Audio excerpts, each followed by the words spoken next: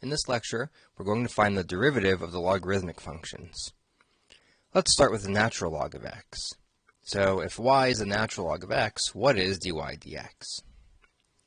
Now so far, when we've had to learn the derivative of a new function, we've gone back to the limit definition of a derivative. But in this case, we actually have an easier approach. It turns out that once you know the derivative of a function, then you can easily find the derivative of its inverse function using implicit differentiation. So recall that if y is the natural log of x, that implies that x is equal to e to the y. Since e to the y and ln of x, these are inverse functions, and the inverse functions just switch the input and the output.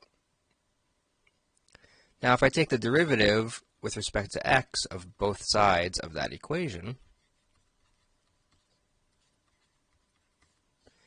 well, the derivative of x with respect to x is just 1. And now here on the right-hand side, we have a mismatch of variables. I'm taking the derivative with respect to x, but my function is written in terms of y, so that requires a chain rule. So the derivative of e to the y is e to the y times dy dx. Well, if I divide both sides now by e to the y, you get that dy dx is 1 over e to the y. But remember, we said that e to the y was x. So in fact, 1 over e to the y is just 1 over x. So we've discovered that the derivative of the natural log of x is 1 over x.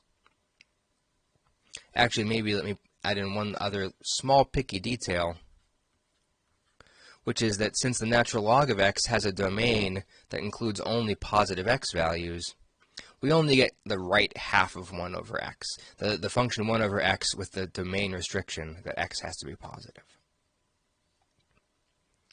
Now what about the other logarithms? How do we find the derivative, say, of log base 2 of x? Well, for this we can use this base change formula for logarithms. So recall that if you want, for example, log base 2 of x, that's just the natural log of x divided by the natural log of 2. And the natural log of 2 is just some number. It's around 0.693. So it's a constant. That means that the derivative of log base 2 of x is the derivative of the natural log of x divided by the natural log of 2. And that constant on bottom just kind of comes along for the ride. So I take the derivative of ln of x, which is 1 over x, and I put all of that over ln of 2. And typically we would write that as 1 over x times ln of 2.